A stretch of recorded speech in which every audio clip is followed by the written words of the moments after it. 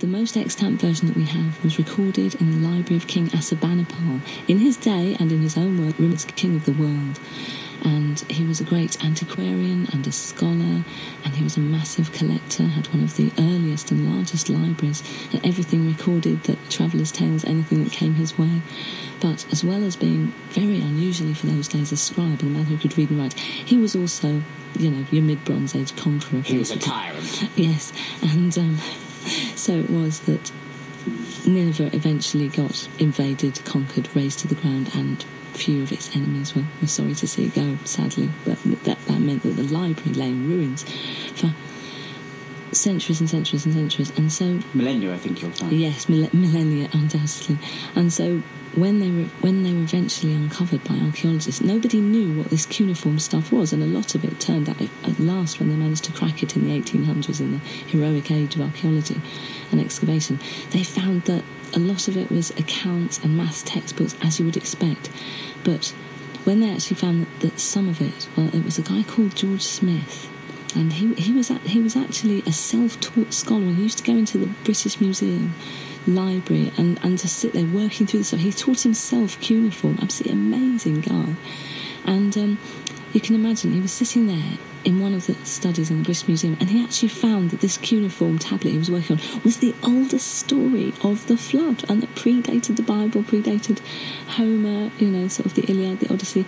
And his mind was so blown by this, and he was so excited that he jumped up and he started tearing off his clothes. Well, what else does a Victorian man do? And running around the space, and it's like, you can imagine how thrilling and incredible that was. And he actually went on lots of digs himself, and his own story is a story in its own right. And Widsith will do that a little bit later, but I'm going to start you off with just a flavour of the flood.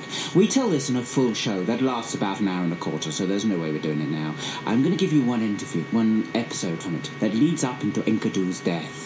Now, before I carry on, you need to know something else. The epic is famously horrible to Enkidu. Enkidu is the wild man who was created to be Gilgamesh's companion, but the epic portrays him as a liar and a scoundrel, which is red rag to a storyteller. So I tell this from Enkidu's point of view. This is his account of the episode of the Bull of Heaven.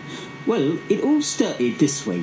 I was down in the guardroom playing cards. I'm lucky at cards. When all of a sudden, the youngest guard, he came in, he's always coming in, and he said, "Oh, there's such a sight to see. Go and have a look." Well, we just laughed at him. But then I thought to myself, well, he might have a point, he might rotten fish or something. And we went out. And yes, there was a sight to see. Up in the heavens it was, a great chariot made of gold with lapis lazuli wings, drawn by dragons, drawn by phoenix. But it weren't the chariot we were looking at, rather it was the driver. Beautiful she was, rayed in gold, with shining eyes, brighter than Venus herself. It was the Lady Ishtar, goddess of love of war. She was coming down. She was a-coming a carting Gilgamesh. So I thought to myself, oh, better keep myself scarce for a bit for the next week, out, month, year. So I went off to play cards, and we just sat and talking. But then in an hour's time, suddenly the entire palace shook. It was like an earthquake. We all ran out, and I scrambled up to the palace. And there I went in the throne room, and there was King Gilgamesh, looking thoughtful. And I said, "What have you done? What have you done? The Lady Ishtar, she came down a carting. But you have sent her up, the goddess of war. She came down for love, and you've sent her back for war. Why?" And Gilgamesh, he said, "But because, my friend, I prefer the Lady Ishtar as my enemy than my friend or lover." And he said, "What?" Then I got her thinking, oh yeah, there was that shepherd boy who loved her, and so she killed him. And then there was the gardener of her father, who gave her figs and wooed her all summer long. Him she turned into a mole, always seeking, never finding. And then there was the horse, him she admired for her nobleness, and him she gave the spur and the bridle. Oh, and then there was the lion, and 7 pets she declared, and 7 more. So I could see his point, but I turned to King Gilgamesh and said, "But you can't be doing of that. You can't be taking on the immortal breed of gods. What's going to happen to us?" And King Gilgamesh, he said nothing and looked thoughtful.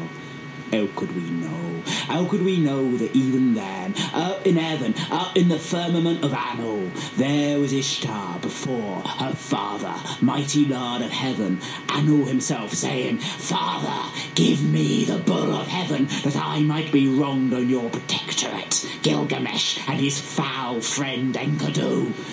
Now at first, Anu resisted as best he might the will of his daughter, but then she stood before him and said, If you do not give me what I ask for, my father, I will go down to the gates of heaven. I will smash the 7 gates of heaven. I will let out the Anunnaki, the demons, and they will rise up with the fierceness of war and overwhelm this world of yours. I will be revenged.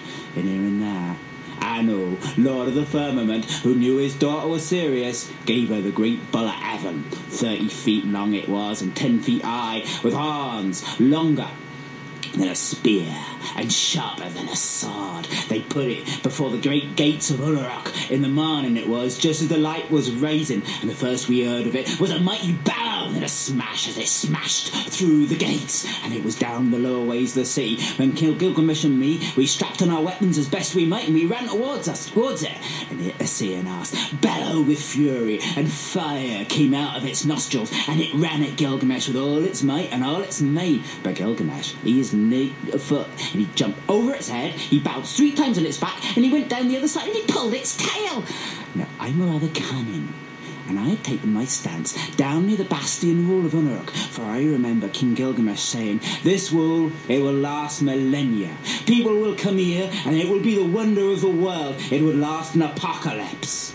So I had stood by it. I was thinking, it's going to last this bull charge anyway. And when the bull turned, I shouted, Hello, Mr. Bull, I'm over here. And the bull charged at me with all its might and its main, and I jumped nimbly aside, for I am nimble of foot too, and it struck the wall with a mighty smash, and it lay there stunned, and one of its horns got caught in the bastion.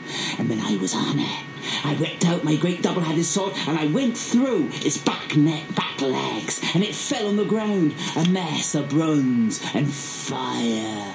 And then King Gilgamesh, he was on it. He didn't get a chance to struggle, but rather split his skull, as if it were a sacrifice in the temple.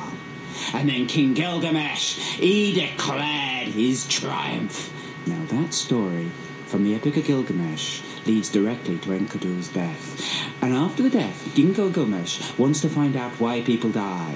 And he goes off to visit the only person who's immortal, who is the Noah figure in this story. And he asks the Noah figure why it is that he is immortal.